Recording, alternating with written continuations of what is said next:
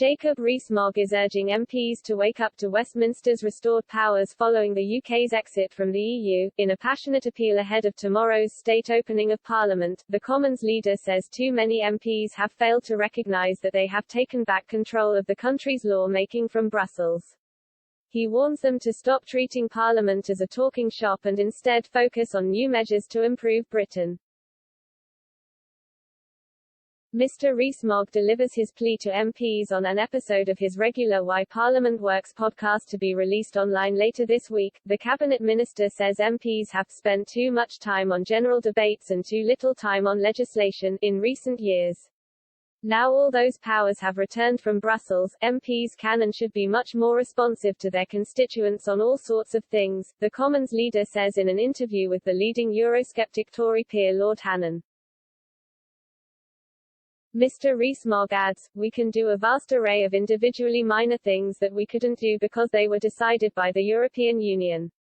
There are dozens and dozens if not hundreds and hundreds of those sorts of little things, the minor inconveniences of life, that we cannot deal with, on top of the big political issues, the borders, the trade, that are now our competence exclusively, not the EU's. What a change from beforehand, when MPs would just shrug their shoulders." Mr. Rees-Mogg recalled having to tell his constituents that the government was unable to change unpopular rules imposed by Brussels. "I can no longer hide behind the European Union," he says. "There are promising signs of a shift away from this, but there is still more to do. We are beginning to use the new freedoms. Why? Because our constituents want us to. You see, it's wonderful. It is so exciting to be a politician in this age. Direct democracy has the effect of encouraging us to use our freedoms. But Parliament will see that it can use its freedoms as well."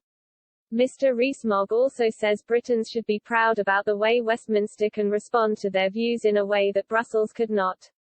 "Unlike them, we have a direct democracy, that I just don't think you see in the same way in other countries and you certainly don't see in the European Union.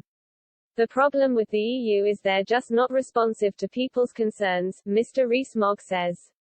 One of the EU's great failings is the difficulty in changing its laws once they have been introduced, the Cabinet Minister says.